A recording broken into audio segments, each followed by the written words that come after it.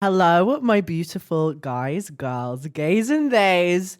Welcome to I Said What I Said. Yay! Can we get a round of applause, please? Yay! Y'all better be clapping, period. I am so excited to finally tell you guys what I've been up to and working on.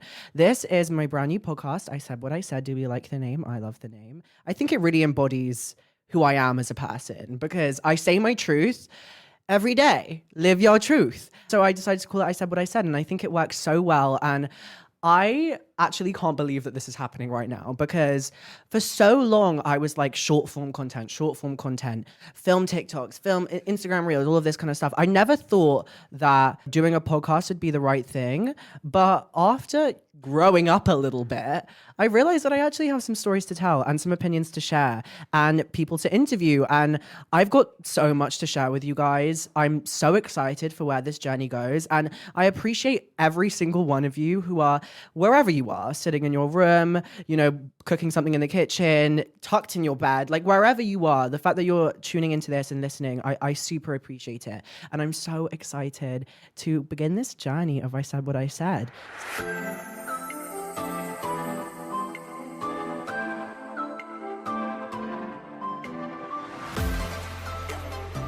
I wanted to speak about something that I think is on everyone's mind because it's been the reason why I'm here. And it's been one of the most crazy things that's happened to me in my life. And it's a conversation that I think is really important to have. And that kind of is the truth around the Roadman and my alter ego, if you will. If you are on this video right now, you probably know me from a few things. You probably know me from my TikTok and the Roadman voice, particularly, which is something that I started posting around 3 years ago now. And my God, has it been a fucking whirlwind since I posted that first video, okay?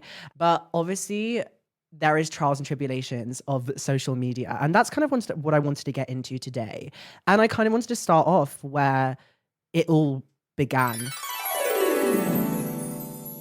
I've been doing funny voices, okay, since I was around 13 years old because I always loved to make my friends laugh, and I always had this like talent of imitating other people and doing impressions. So it wasn't something that I just thought one day, oh, this would be funny and go viral. The Roadman voice began from a very early age. Like there were literal roadmen at my school, like people that we knew, all of this kind of stuff. And I feel like I was involved in the surroundings, and it was just something that came very natural to me. And one day I was sitting at home and I saw a trend go around TikTok. This is about 3.5 years ago now, of a British accent challenge. I had transitioned. I was quite early in my transition, about a year into my transition. So I looked like a girl. I would say I looked like a girl, but you could definitely tell that there was something going on. But yeah, I thought to myself, oh, you know what would be really funny if I put on a really high voice and then did a really low voice and shocked everyone watching, because it is shocking. I mean, I think the part of the virality of the Roadman videos, is virality even a word? We need to fact check that. Probably not, but the viralness, that's not a word either. Basically, the reason why I think it goes so viral is because of the shock factor of it. When you see something that is such an oxymoron to one another, if you know what an oxymoron is, or like a juxtaposition is probably a better word. Let's say the bleak sun, right? The sun is meant to be warm and yellow and nice, but when you put bleak in front of it, that's the complete opposite. So take that metaphor as you will, but when you see, I don't know, a very feminine looking girl, then suddenly do an extremely masculine looking voice, there is obviously a shock factor to it. And I didn't expect it to go as viral as it did. The first video I posted doing the Roadman voice, I posted it one night and I woke up the next morning with around 20 million views, which was crazy for that short period of time of just, one night's rest, and waking up to that many views was one of the most incredible but scary things that has ever happened to me. I think it took a lot to kind of sink in, because when you see numbers on a screen, you don't really think about it. But when you actually think about that many people, that's crazy. That is a crazy number of people. And it was over that week, it just kept on going. This one video kept on growing. My video was being posted on all of the British meme pages. Like it was scary. I mean, I've never had that much of an influx of love and support, but then such an influx of complete and utter bullying. But we grow and we move from that. And you know, bad engagement is good engagement. What can I say? Keep the comments coming. It was a difficult thing to process. And what really made me process it even better was I was in my room again. I seem to be in my room a lot, okay? Don't judge me. I don't go out that much. But my brother came into my room and said, Lou, you need to continue with this because you don't know where it could lead you. Social media, TikTok is still really fresh. You should try, see where this goes. And my brother's really smart. Maxi, if you're watching this, I love you. You're the smartest person I know. And I trust him with my life. So I said to him, okay, I'll continue doing this. So I continued posting videos of the Roadman voice, also just general other videos. I was basically posting anything I thought up, but it was definitely the Roadman videos that ended up gaining the most popularity.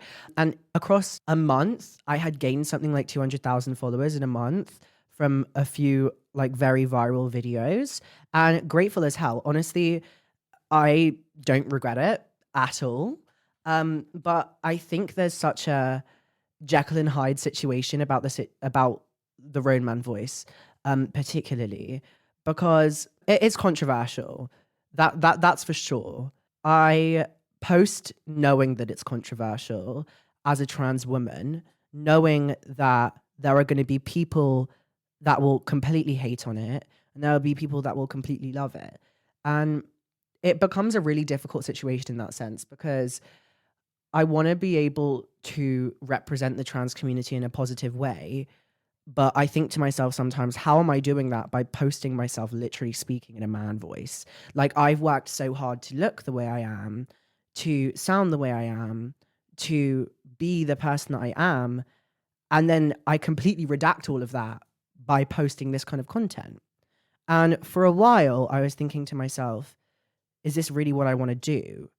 Because I was having a lot of gender dysphoria, and I was having a lot of comments being like, where's the Roman voice? We need the Roman voice, all of this kind of stuff. And I was like, what do I do? Because I'm feeling unhappy in myself, and I don't know if this is making me any happier.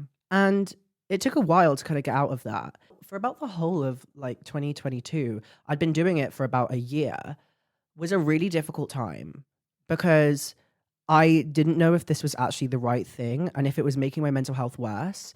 And the difficult thing about me saying that is like, oh, how can you have bad mental health when it's given you so many opportunities and you get signed and do all of this and do these crazy things and meet amazing people just because of this one viral video, right?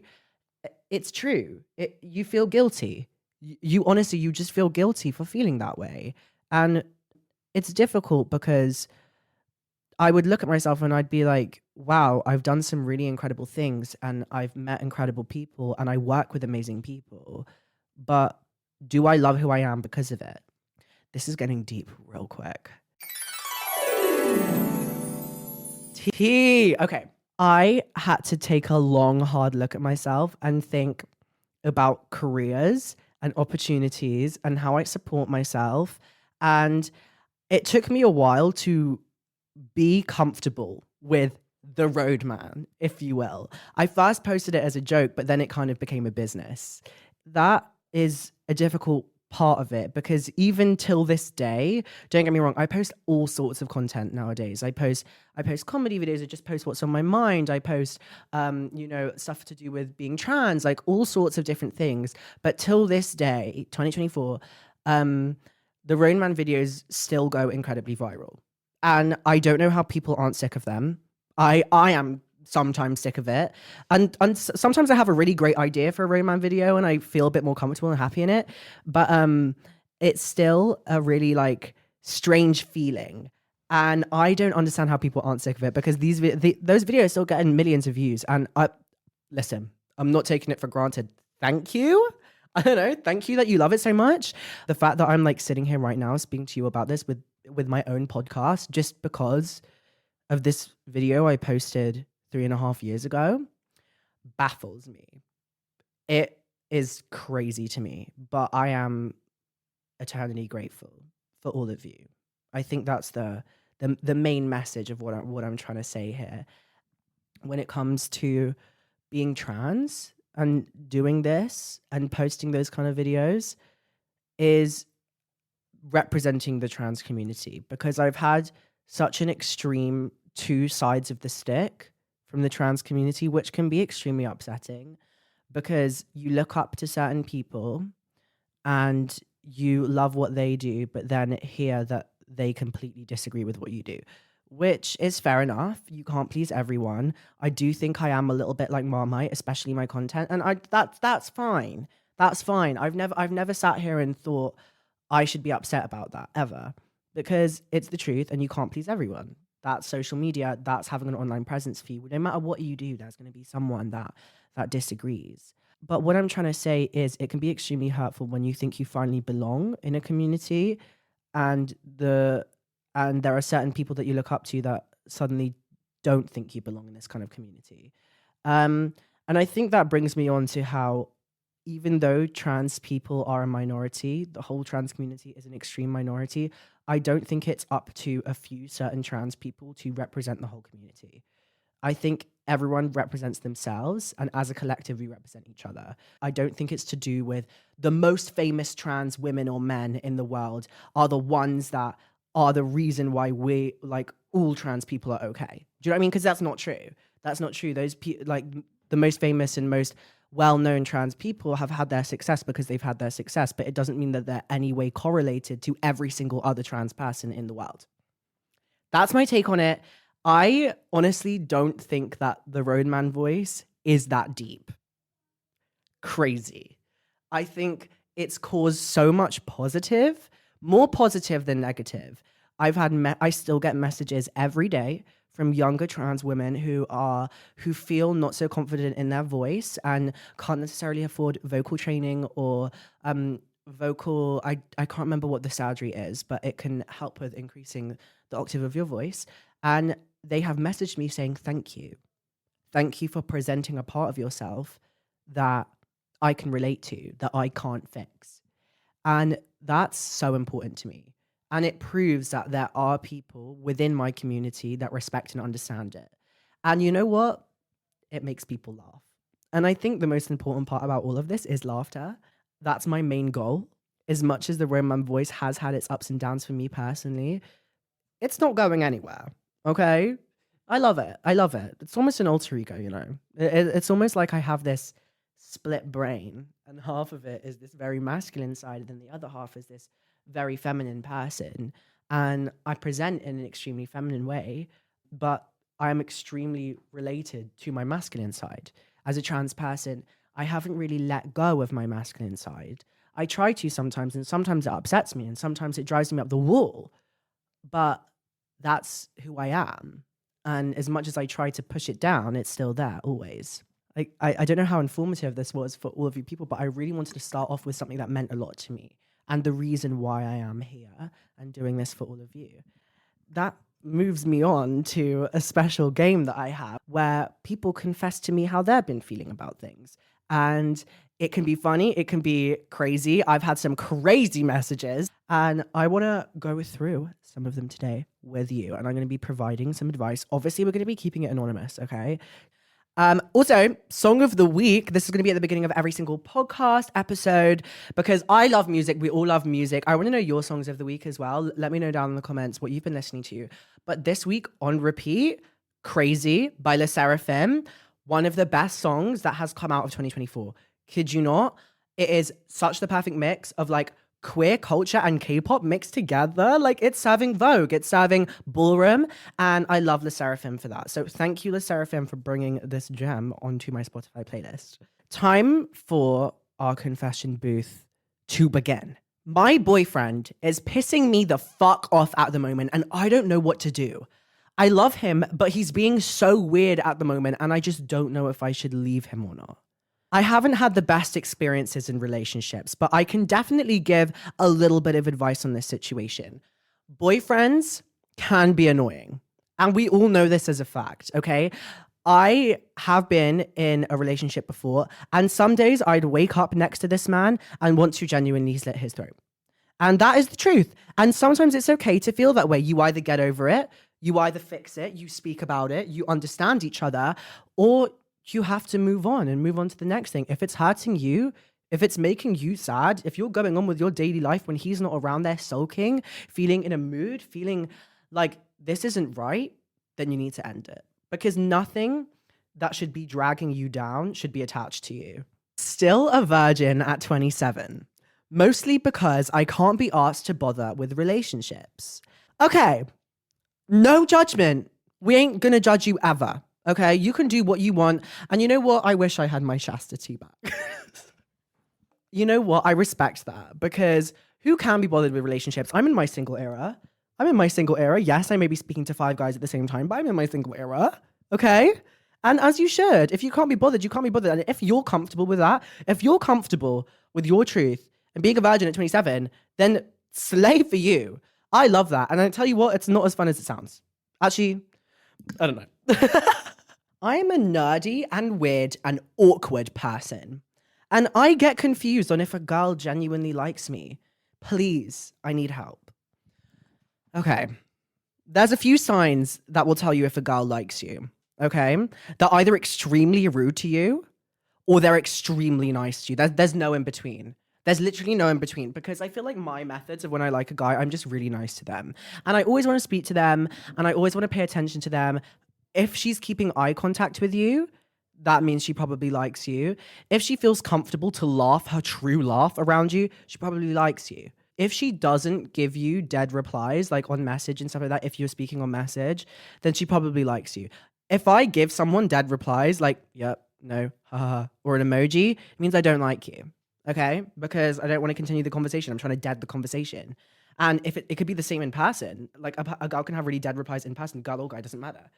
But yeah, I think don't blame your nerdy, weird awkwardness of the situation. That doesn't matter. That's probably, you know what? I like nerdy guys. And I like nerdy guys, but I also like bad guys. But nerdy guys are definitely cute. And that might be the trait of yours that this person really likes. So trust your gut, continue speaking with them, and you never know, the truth might unfold sooner than you think. This is a funny one. Dated this woman 10 years older when I was 21. Got along well, but it turns out she was married the whole time. Okay, well, you're a homewrecker. Joking, it's not your fault, okay? That's not your fault. And clearly this woman wanted a younger guy and was unhappy in her marriage. So is it really her fault either? Because not gonna lie, when a guy cheats in their marriage, that's wrong. But when a woman cheats like, in your marriage, like, you know what? You must be unhappy. And do what's best for you. That's controversial, but I feel like that's so true. I'm sorry. I don't know. Once I was seeing a guy that was 15 years older than me. No, 14 years older than me. And I realized that it wasn't good because I felt immature around him. And I'm actually quite a mature person. And I feel like I felt like I was on a lower level than him when I was always with him just because he was so much older than me. He was so hot though. Ridiculously, like stunning, like I got goosebumps when I'd see him. Do you know what I mean? Like I never get butterflies when I'm around a guy. I didn't even get butterflies around my ex-boyfriend. Okay. And I was with him in a relationship with him, but he was so hot, but he made me feel inferior. And that's never good. And I feel like that can be an issue sometimes when you date older people, is that they'll just always think that they're on a higher level than you. And that's not true. I have a crush on my math teacher. He's the only reason I'm getting good grades. Period. Continue the crush. If you're getting good grades, who cares? Win-win situation. You get to look at someone that you have a crush on every day, and you're also getting good grades. Doesn't seem like a confession to me. That seems like a really good thing. But make sure it doesn't get further than just looking at him, because you don't want to get in trouble with the school.